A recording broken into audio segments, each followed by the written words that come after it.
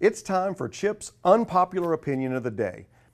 I didn't really like the Harry Potter series. I said it. I saw the movies, all 8 of them, and it just wasn't my cup of tea.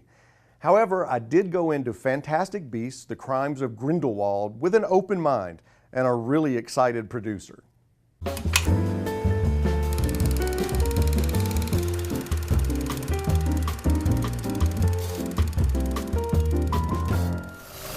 Having missed only the first Fantastic Beasts movie, I was really surprised at just how much of this movie, especially the first 40 minutes or so, were completely inaccessible to me. Like I said, I've seen all 8 Harry Potter films, so how far behind can I be, really?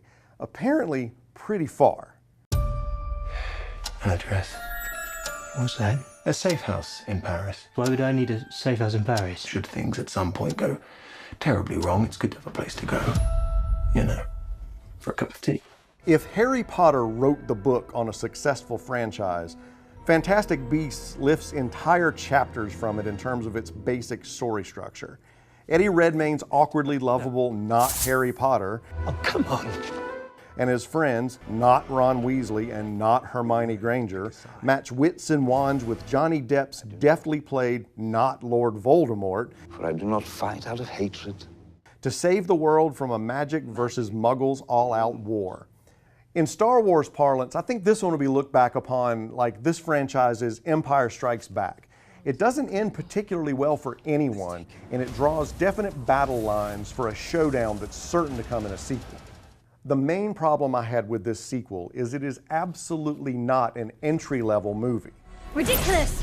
In fact, I'm hard-pressed to think of another franchise that puts such emphasis on having seen all the other movies in order to enjoy the current release. But that's exactly what Crimes of Grindelwald expects of its audience. But the old ways serve us no longer. The producers know their market, and they cater to it to the complete exclusion of the casual fan or first-time viewer.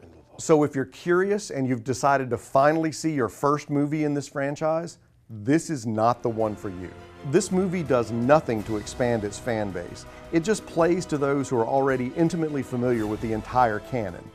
To be honest, I felt like a muggle among wizards walking out of the theater. With so many characters and subplots to wade through, I found myself just frustrated and really unwilling to slog through earlier movies to make sense of all of it.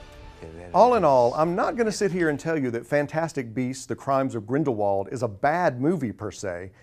I didn't like it personally, but of course it's not aimed at me. It's more or less aimed at excitable producer Ashley. For fans of the wizarding world who have seen the movies, read the books, ridden the rides, and bought the t-shirts, it's going to be a huge success. Luckily for the rest of us muggles, there are plenty of other solid holiday releases to choose from.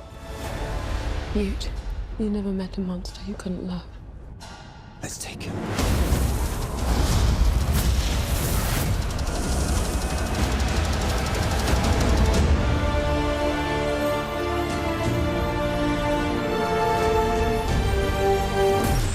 That's your brother? I think that might have been the best moment of my life.